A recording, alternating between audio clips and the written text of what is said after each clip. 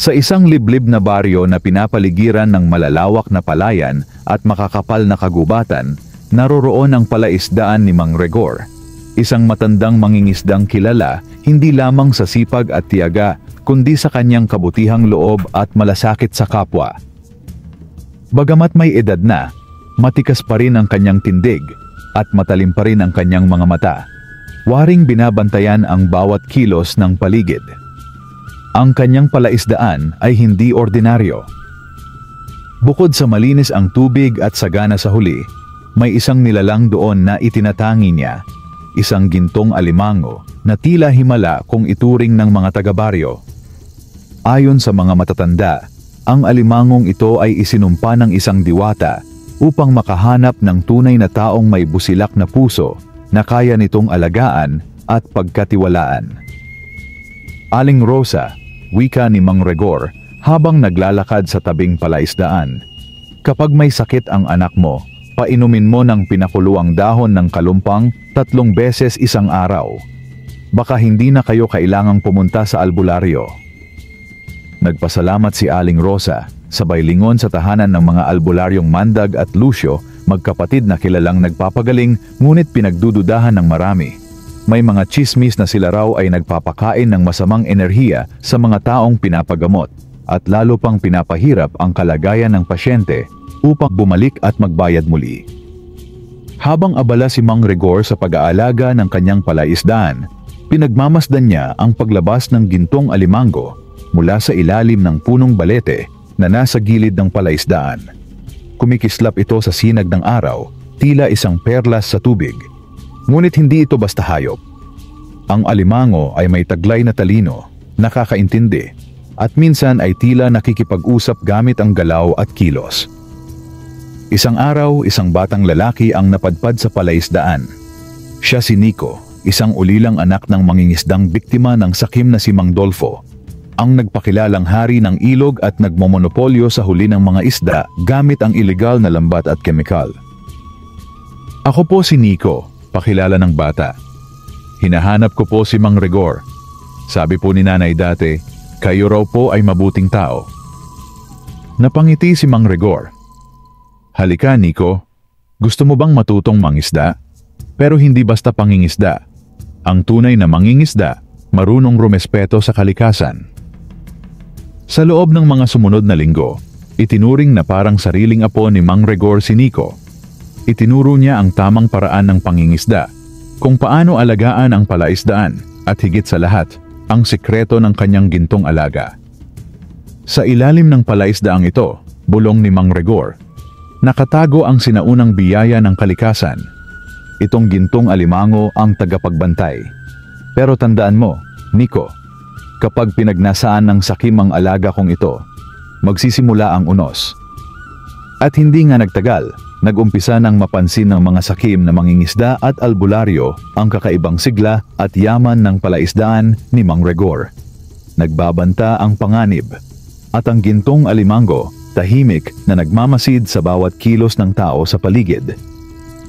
Lumipas ang mga araw, lalong naging kilala ang palaisdaan ni Mang Rigor sa buong lalawigan.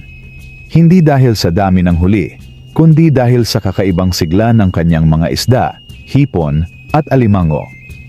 Maging ang tubig ng palaisdaan ay tila mas malinaw at mas malamig kaysa sa ilog at iba pang palaisdaan sa baryo. At sa gitna ng lahat ng ito, ang gintong alimango ang patuloy na nagmamasid. Tahimik ngunit tila buhay na anino ng kalikasan. Ngunit ang tagumpay ni Mang Rigor ay hindi ikinatuwa ng lahat. Sa kabilang dulo ng baryo, si Mang Dolfo, isang sakim at tusong mangingisda, ay nanlilisik ang mga mata habang pinagmamasdan ang palaisdaan mula sa kanyang kubo. Kasama niya ang mga tauhan niyang si Berto at Teban, kilalang magnanakaw at mandurugas sa pamilihan. Hindi ko maintindihan, bulalas ni Mang Dolfo habang binabagsak ang tabakong hawak. Bakit parang may swerte sa tubig ng matandang yon? Samantalang ako, kahit anong dami ng lambat at kemikal, paubos ng paubos ang huli ko. Sir, sabat ni Berto, baka may tagong kayamanan yon, o kaya alaga ng engkanto. Engkanto o hindi, ani Mang Dolfo. Akin ang ilog at ako ang dapat may kontrol sa lahat ng palaisdaan. Kung may sikreto si Mang Rigor, alamin natin. At kung totoo ngang may gintong alimango, kukunin natin yon. Samantala, sa isa pang dulo ng baryo, si Albularyong Mandag at Lucio ay nakatanggap ng balita mula sa isang pasyente. Albularyo, sumbong ng matandang si Mang Tasio. Ang batang si Nico, hindi na nagkakasakit. At si Mang Rigor, may sinasabing dahon lang ang gamot sa sipon at lagnat. Sabi pa niya, hindi na raw kailangan sa inyo. Nagkatinginan ang magkapatid. Bibigyan natin ng leksyon ang matandang yan. Usal ni Mandag habang hinahalo ang pinakukuluang ugat sa kanilang madilim na silid. Kung ayaw nilang lumapit sa atin, tayo ang lalapit sa kanila, kasama ang sakit. Kinagabihan, nagtipon ang tatlong puwersa ng kasamaan, sina Mang Dolfo, Berto, Teban at ang mga albularyo. Sa ilalim ng punong dapdap, nagplano sila ng masama, magnakaw ng isda at alimango mula sa palaisdaan at itapon sa palaisdaan ang isang makalumang anting-anting na may taglay na sumpa. Isang pulang batong pinaniniwalaang nagdadala ng sakit at pagkamatay sa sino mang lalapitan. Ngunit hindi nila alam, sa ilalim ng tubig, ang gintong alimango ay hindi basta hayop. Isa itong tagapagbantay, nakakarinig ng bulong ng gabi, at may connection sa mga espiritu ng kalikasan. Nang gabing iyon, nagbago ang kilos ng tubig. Ang mga isda ay tila natakot, at ang buong paligid ng palaisdaan ay napuno ng malamig na hangin. Kinabukasan, nagulat si Mang Rigor. Maraming isda ang patay. Ang tubig ay bahagyang kumulimlim. Si Nico ay biglang nilagnat. Napatingin si Mang Rigor sa gitna ng palaisdaan. Wala ang gintong alimango. Anong nangyari dito? Sambit niya habang napapatitig sa tubig. May masamang pumasok kagabi at nagsisimula ng magdilim ang hangin sa baryong ito. Hindi mapakali si Mang Rigor. Nakaupo siya sa bangkong kawayan sa gilid ng palaisdaan. Hawak-hawak ang palangganang may pinakuluang dahon ng kalumpang para kay Nico na hindi pa rin bumababa ang lagnat. Ang tubig sa palaisdaan ay tila may kakaibang amoy. Hindi ito ang karaniwang amoy ng isdang buhay o damong dagat, kundi isang masangsang na halimuyak ng bulok. Parang may nasira sa likas na balanse ng kalikasan. Hindi ito karaniwang sakit, bulong ni Mang Rigor. At hindi rin ito gawa ng tao lamang. May mas masahol. May sumpa sa hangin. Sa mismong gabi, habang iniilawan niya ng gasera ang paligid ng palaisdaan, may napansin siyang kumikislap sa ilalim ng tubig. Isang pulang bato, hugis puso, ang lumulubog sa gitna ng palaisdaan. Kinabahan si Mang Rigor. Alam niya agad kung ano iyon. Bato ng lagnas, anya. Ginamit ng mga albularyong masama noon para lasunin ang tubig ng mga kaaway nilang manggagamot. Matagal nang ipinagbawal sa mga itim na sining. Hindi ko akalaing buhay pa ang gawi ng magkapatid na Mandag at Lucio. Habang minamatyagan niya ang bato, biglang umalo ng tubig. Muling lumitaw ang gintong alimango, ngunit hindi ito gaya ng dati. Ang makislap nitong balat ay may bahid na pula at tila nabigatan ito sa paglangoy. Sa halip na tuwirang lumapit sa kanya, dahan-dahan itong gumapang patungo sa dalampasigan. Bit-bit ang pulang bato sa masipit nito. Tahimik ang gabi, ngunit malakas ang kabog ng dibdib ni Mang Rigor. Alam niya na kung hindi maaagapan, kakalat ang sumpa sa buong baryo. At maaaring ikamatay, hindi lamang ng mga isda, kundi ng mga tao. Sa loob ng kanyang kubo, may isang lihim na matagal nang nakatago. Isang lumang baul, nilagyan ng mga agimat at orasyon mula sa isang matandang ermitanyo na minsang tumulong kay Mang Rigor noong kabataan pa niya. Binuksan niya ito, kinuha ang isang anting-anting ng kalikasan, bilog na medalyo na may ukit ng gintong alimango sa gitna. Panahon na para gamitin kita ulit, aniya. Hindi para sa akin, kundi para sa baryo at sa mga inosenteng tulad ni Nico. Samantala, sa kubo ni Mandag at Lucio, masaya silang nagbibilang ng bayad mula sa mga bagong pasyenteng nilapitan ng takot. Mabilis ang pagkalat ng karamdaman sa baryo.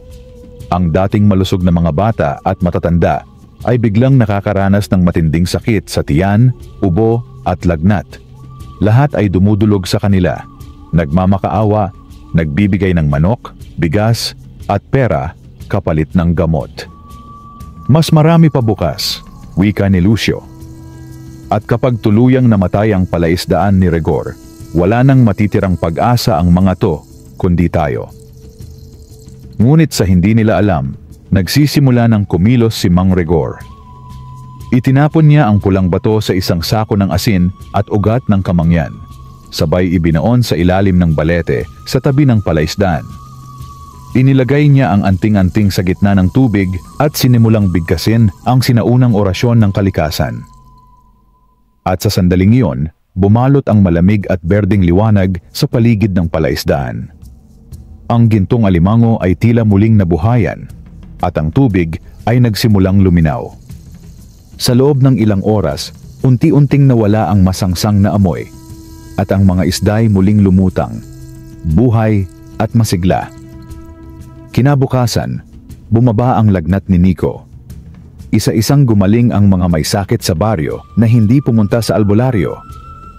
Napansin ng mga tao na ang sariwang tubig mula sa bukal ni Mang Rigor ay nakapagpapagaling ng mga sugat at lagnat.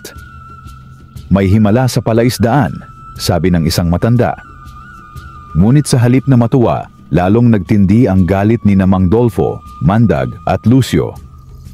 Hindi pwedeng magtagumpay ang matandang yan, sigaw ni Dolfo.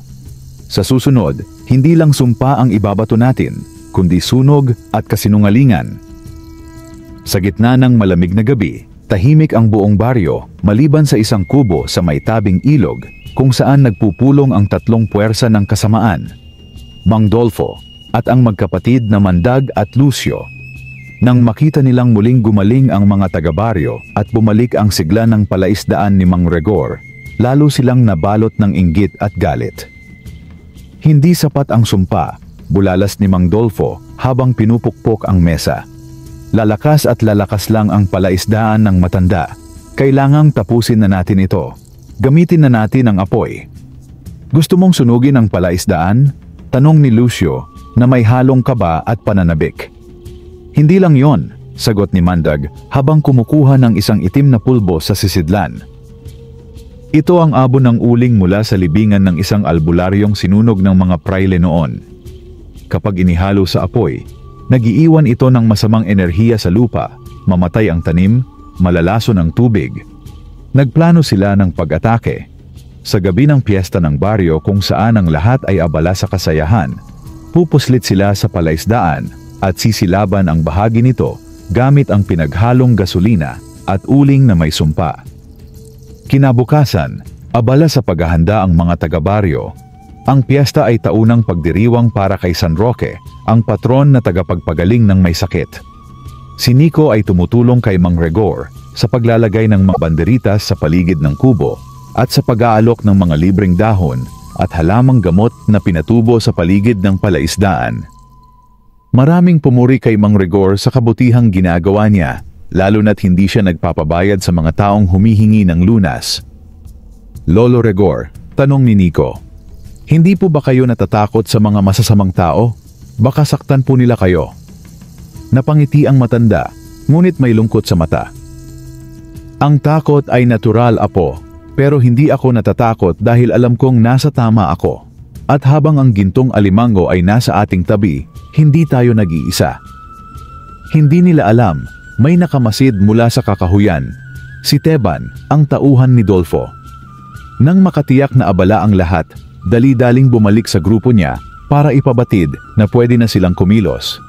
Gabi ng piyesta, masigla ang musika, masarap ang pagkain at puno ng sayawan ng plaza.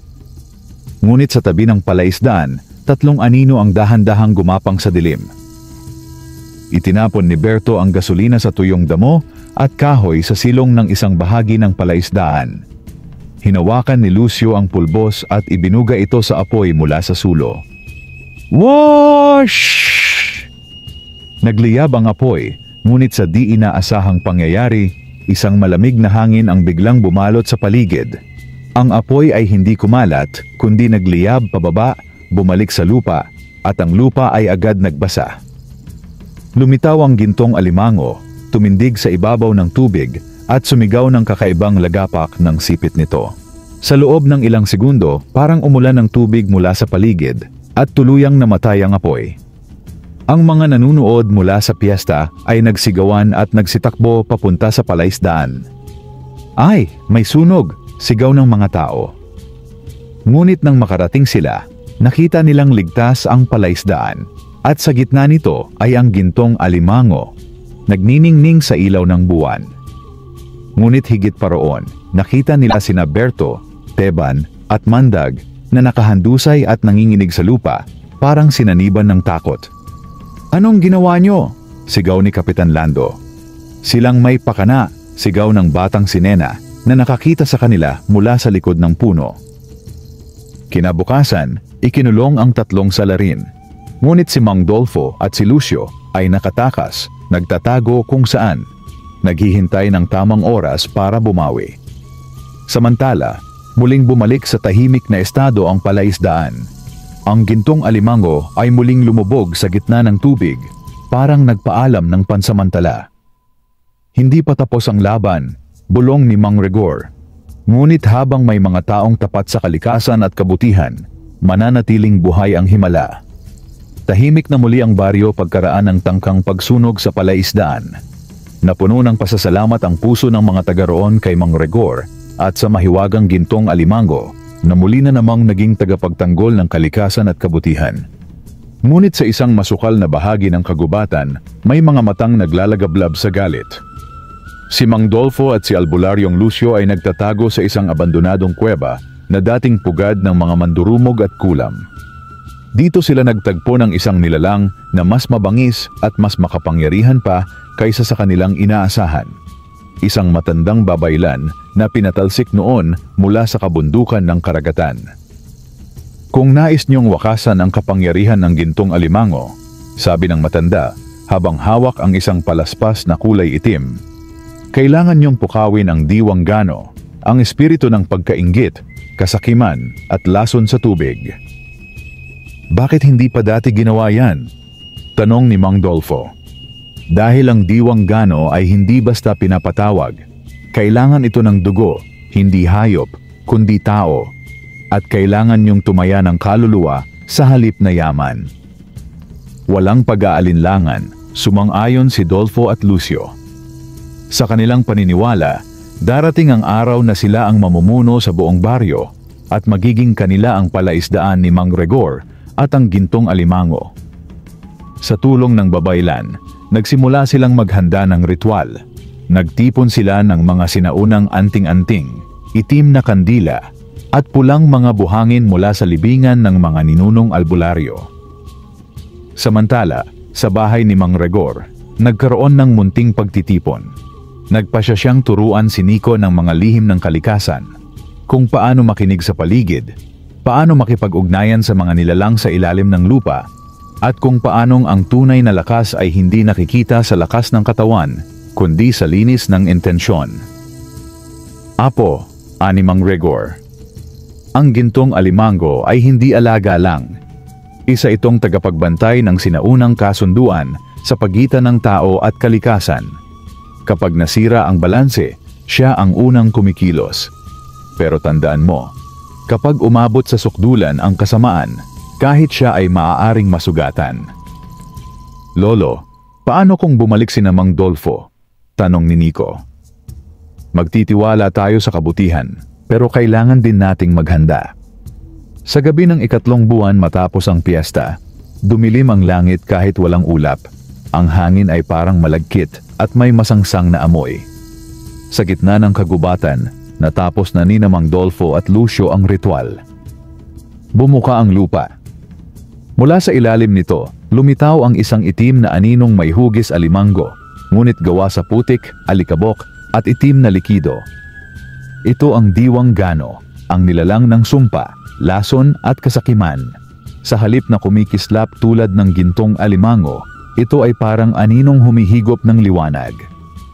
"Sa ngalan ng kasakiman at paghihiganti, utusan kitang sirain ang palaisdaan at ang tagapangalaga nito," sigaw ni Lucio habang itinataas ang kanyang itim na tungkod. Agad na kumilos si Diwanggano. Sa bawat yapak nito, natutuyuan ang mga damo.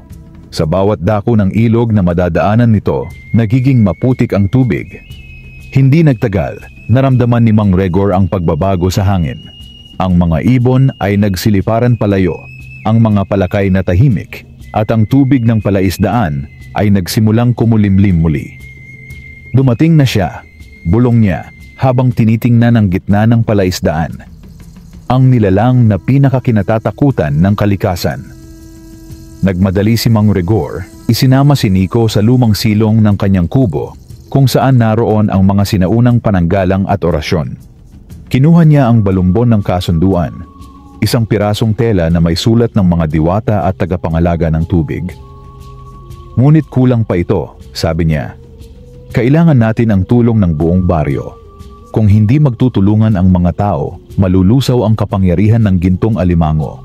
At kapag nasira ang palaisdaan, mamamatay ang kalikasan sa buong lugar.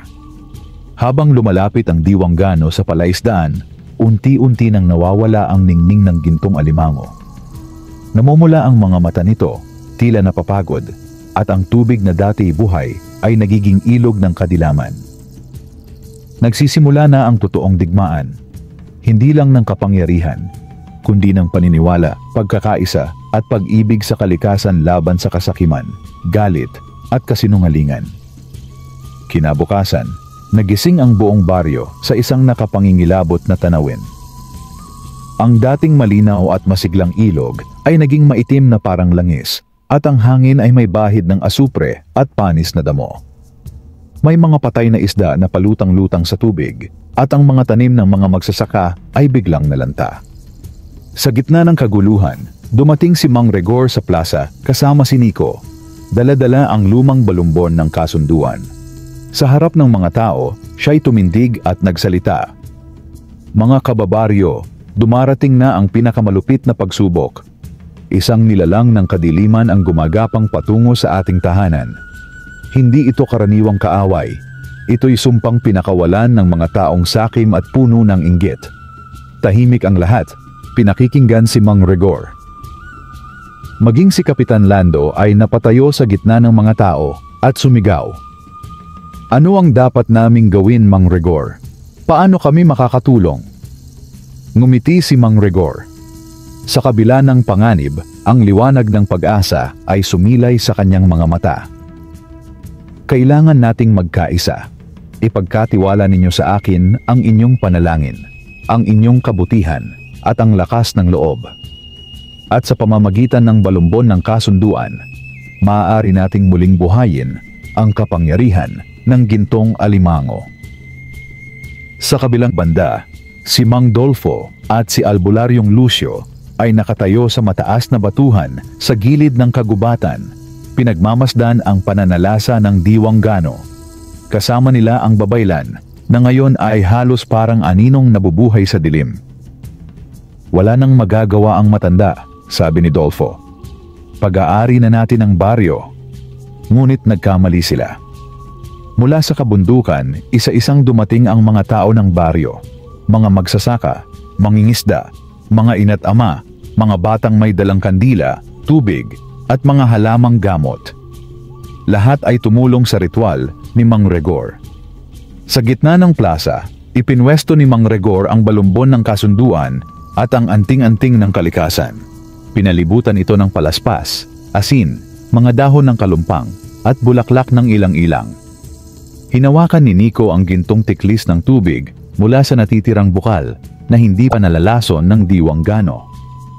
Handa na po kami, Lolo, bulong ng bata. Tumindig si Mang Regor at binigkas ang sinaunang orasyon ng pagkakaisa.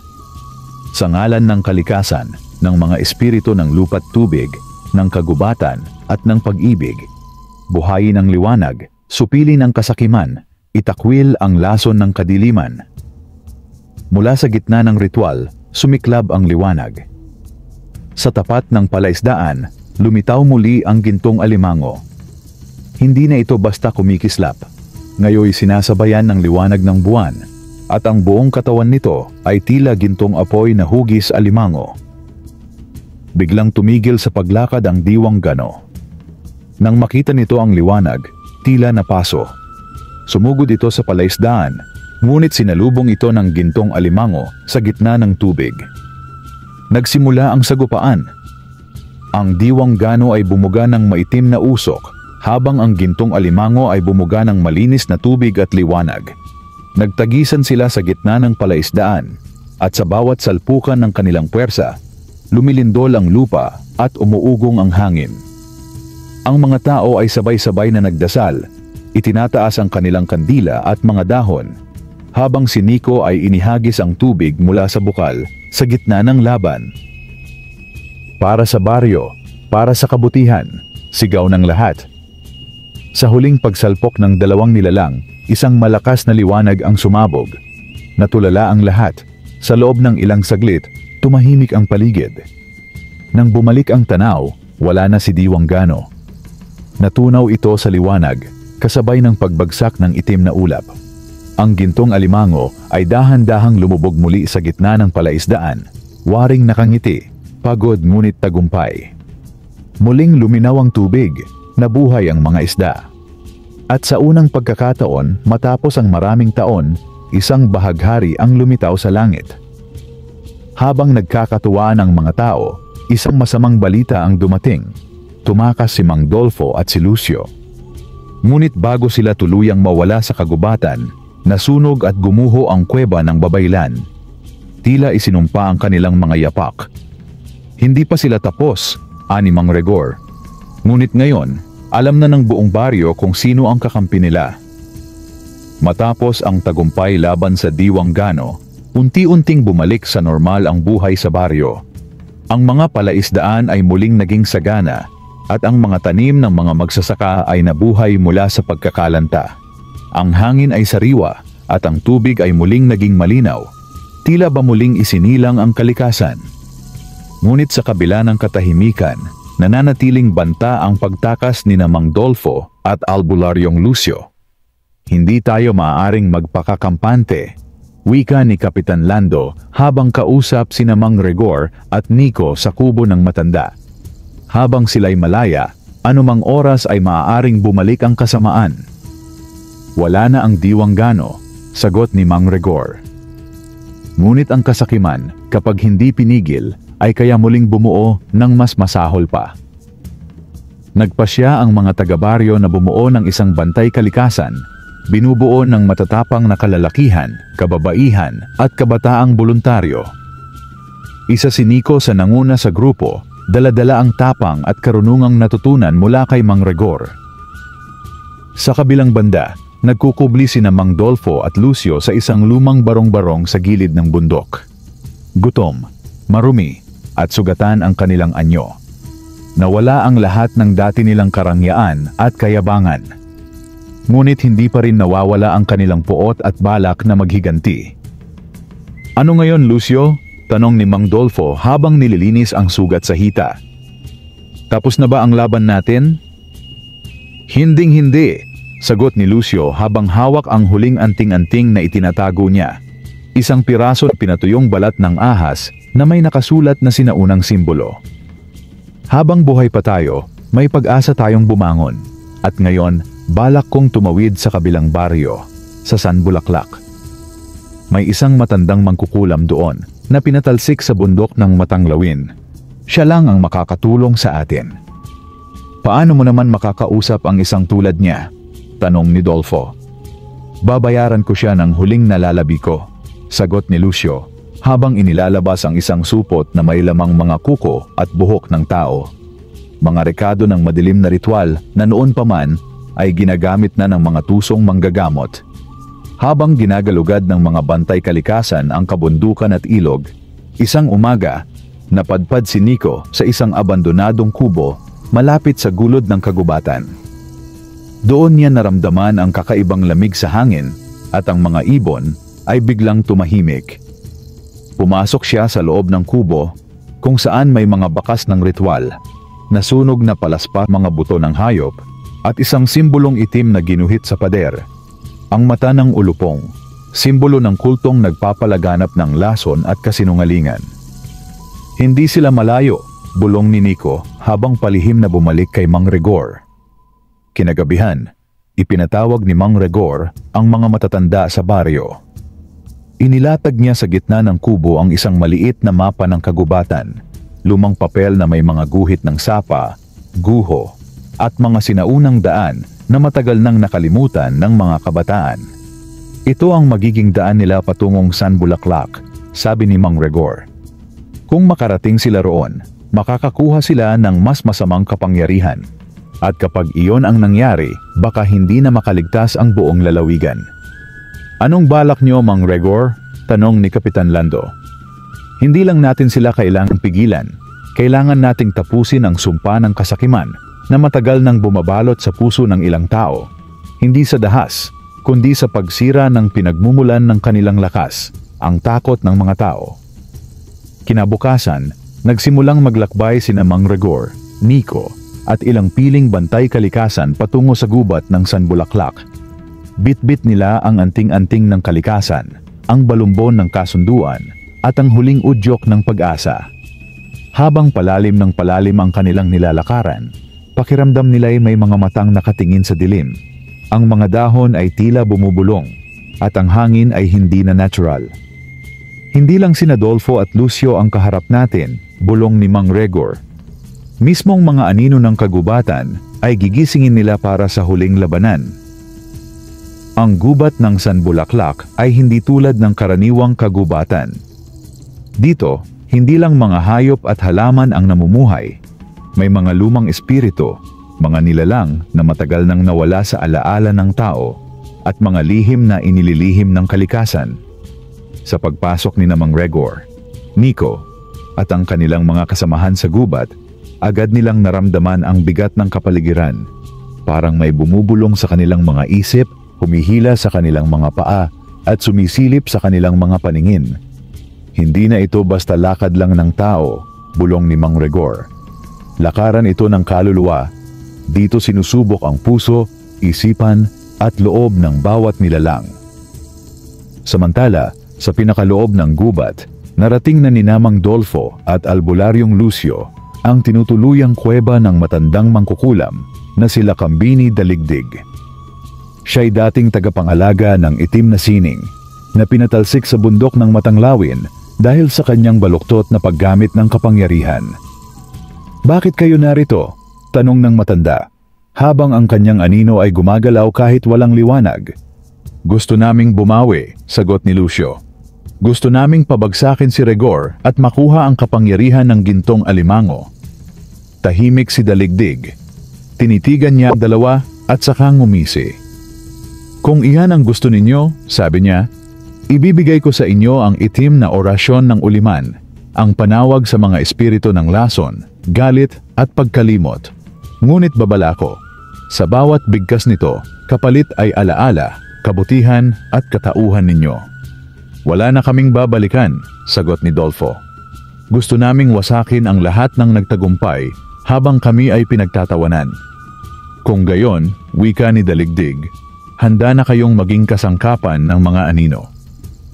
Itinaas niya ang isang itim na kampanilyang walang tunog, sabay bigkas ng mga salitang hindi mula sa wika ng tao. Mula sa lupa, lumitaw ang mga aninong hugis hayop, mga itim na hiwaga na handang lumamon ng liwanag. Sa kabilang bahagi ng gubat, sina Mang Rigor ay huminto sa isang sapa. Naroon ang isang lumang bato na may ukit ng alimangong ginto at mga titik ng sinaunang baybayin. "Dito natin bubuhayin ang pananggalang," sabi ni Mang Rigor. "Pero kailangan nating magdasal bilang isa. Hindi sapat ang kapangyarihan ko, kailangan natin ng pagkakaisa ng damdamin." Pumikit si Nico at nagdasal, ang iba'y sumunod. Humawak sila sa balumbon ng kasunduan, sabay-sabay na humiling ng proteksyon hindi para sa sarili, kundi para sa kalikasan at kapayapaan. Mula sa bato, isang bughaw na liwanag ang kumalat, nagliwanag ang buong gubat, at sa gitna nito isang anyo ang lumitaw, isang matandang babae, may koronang yari sa dahon at tubig. Siya ang diwatang bantay, ang orihinal na tagapag-ingat ng kagubatan bago pa man dumating ang kasakiman ng tao. "Mga anak ng liwanag," wika niya, "darating na ang bangungot, ngunit tandaan ninyo, Ang anino ay walang saysay kung sabay-sabay ang apoy. Kinagabihan, nagtagpo ang dalawang puwersa sa gitna ng gubat. Sa isang panig, sina Mang Rigor, Nico, at ang mga bantay kalikasan, bit-bit ang liwanag ng kalikasan at paniniwala. Sa kabilang panig, sina Mang Dolfo, Lucio, at ang matandang daligdig, kasama ang mga nilalang ng anino at ang kapangyarihan ng itim na orasyon. Biglang nagdilim ang paligid, nagiba ang ihip ng hangin, at nagsimula ang pag-ikot ng lupa sa paligid nila. Tila ang mismong gubat ay naghahanda sa pagsabog ng matinding enerhiya. Sa pangalan ng kalikasan at ng gintong alimango, kami ay di sumusuko, sigaw ni Mang Rigor. Sa ngalan ng poot, kami ang susunog sa inyong liwanag, sigaw naman ni Lucio. Nagbanggaan ang dalawang puwersa. Ang liwanag ng anting-anting at kasunduan ay sumalpok sa itim na usok ng orasyon. Sa gitna ng paglalaban, sumugod si Nico. Bit-bit ang gintong tiklis ng tubig mula sa palaisdaan. Sa isang iglap, inihagis niya ito sa mismong anyo ni Daligdig. Nagliyab ang katawan ng mangkukulam sa bughaw na apoy. Napasigaw siya habang ang mga aninong nilikha niya ay nagsimulang maglaho. Nanginig si Lucio, natumba si Dolfo, at ang buong gubat ay binalot ng isang puting liwanag. Pagkatapos ng lahat, isang sigaw ang narinig. Hindi ng sakit, kundi ng kalayaan. Kalayaan ng kalikasan mula sa kasamaan. Matapos ang labanan, muling lumitaw ang gintong alimango sa gitna ng sapa, kinilala ng diwatang bantay bilang tagapagtanggol ng balanse. Sina Mang Dolfo at Lucio ay nahulog sa pagkabaliw, nagsisigaw sa gitna ng gubat at nawala sa dilim. Tapusin na natin ito, Lolo, wika ni Nico. Oras ng palitan ang takot ng pag-asa. Pagkaraan ng madilim at mapanganib na labanan sa gubat ng Sanbulaklak, muling lumitaw ang liwanag sa paligid. Ang mga nilalang ng kadiliman ay tuluyang nawala, at si Daligdig, ang matandang mangkukulam, ay tinupok ng bughaw na apoy ng kalikasan. Sina Mang Dolfo at Lucio, na dating puno ng kayabangan, ay nawalan ng katinuan, at ngayon ay umiiyak at naglalakad-lakad sa gubat, hindi na makilala ni makilala ang sarili. Mula sa sapa, muling lumutang ang gintong alimango. Ngunit sa pagkakataong ito, hindi lamang ito parang hayop. Ito'y nagningning, at sa liwanag nito ay lumitaw ang isang anyo ng diwata. Ang sinaunang espiritu ng kalikasan, si Diwatang Kalinaw, tagapangalaga ng tubig, lupa at hangin. Sa harap ni Mang Rigor, Nico at ng buong grupo ng Bantay Kalikasan, nagsalita ang diwata. Marami na kayong pinagdaanan, naprotektahan ninyo ang kasunduan ng tao at kalikasan. Ngunit ang sumpa ng kasakiman ay hindi kailanman tuluyang nawawala. Maaari lamang itong hadlangan habang ang puso ng tao ay nananatiling tapat sa kabutihan. Lumuhod si Mang Rigor. Humawak sa kanyang balikat si Nico at sabay silang nag-alay ng panibagong panata. Sa ngalan ng aming lahi, isinusumpa naming pangangalagaan ang kalikasan, igagalang ang mga nilalang ng lupa't tubig, at ituturo sa susunod na henerasyon ang halaga ng pagkakaisa at kabutihan. Sa kanilang panata, muling nagliwanag ang balumbon ng kasunduan.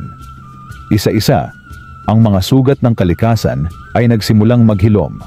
Ang mga punong pinutol ay unti-unting nagsibol. Ang mga tuyong sapa ay muling dumaloy. At ang hangin ay naging kasing linis ng bagong umaga. Pagbalik nila sa baryo, sinalubong sila ng mga tao na may kasiyahan at paggalang sa kanilang mga mata. Hindi na si Mang Rigor ang simpleng matanda ng palaisdaan. Siya na ngayon ay kinikilalang tagapangalaga ng buhay, at si Nico ay itinuturing na tagapagmana ng kanyang kaalaman at responsibilidad. Nagdaos sila ng isang munting ritual sa gitna ng palaisdaan. Doon, isinama ang mga bata at kabataan at tinuruan sila kung paano mag-alaga ng kalikasan, magtanim ng halaman gamot at makinig sa galaw ng tubig. Ang tunay na kayamanan, wika ni Mang Rigor, ay hindi ang ginto o kapangyarihan, kundi ang tubig na malinis, hangin na sariwa, at kapwa-tao na may malasakit. Sa huling bahagi ng araw na iyon, Habang ang araw ay lumulubog sa likod ng bundok, nakita ni Mang Rigor at Nico ang gintong alimango na muli na namang lumubog sa gitna ng palaisdaan. Ngunit bago ito tuluyang nawala sa ilalim ng tubig, iniwan nito ang isang bagay sa ibabaw ng tubig, isang gintong talukab, hugis puso. Kinuha ito ni Nico at itinabi. "Ano to, Lolo?" tanong niya. "Alala," sagot ni Mang Rigor. "Simbolo ng ating tagumpay. Paalala na minsan tayong sinubok ng dilim, ngunit pinili nating kumapit sa liwanag." At sa gabing iyon, sa katahimikan ng baryo, ang buwan ay kuminang sa gitna ng langit. Parang tanglaw na nagpapaalala na sa bawat dako ng mundo, sa bawat laban ng kabutihan laban sa kasamaan, ang kalikasan at puso ng tao ay kailanmay magtatagumpay kapag nagtulungan. Makalipas ang ilang buwan mula nang mapawi ang kadiliman sa gubat ng San Bulaklak, tuluyang namuhay sa katahimikan at kasaganahan ang buong baryo. Ang mga palaisdaan ay naging mas masagana kaysa dati. Ang mga isda ay malalaki at malulusog. At ang mga halaman sa paligid ng tubig ay tila may bagong buhay, luntian at matitibay. Ngunit higit pa sa anuman, ang pananampalataya ng mga tao sa isa't isa, sa kabutihan at sa kalikasan ay naging pinakamahalagang bunga ng lahat ng pinagdaanan. Sa araw ng kapistahan ng pagbangon, isang bagong celebration na itinatag upang gunitain ang tagumpay laban sa kasamaan. Nagtipon-tipon ang mga taga-baryo sa gitna ng plaza. Si Mang Rigor, bagamat may edad na, ay muling tumayo sa gitna ng entablado, dala ang gintong talukab ng alimango na iniwan ng mahiwagang nilalang. Ang talukab na ito ay hindi lamang ginto sa itsura, kundi ginto sa kahulugan. Simbolo ito ng kabutihan, ng pagkakaisa at ng pagmamahal sa kalikasan. At ngayon, huminto siya at ngumiti. Panahon na upang ipasa ang responsibilidad.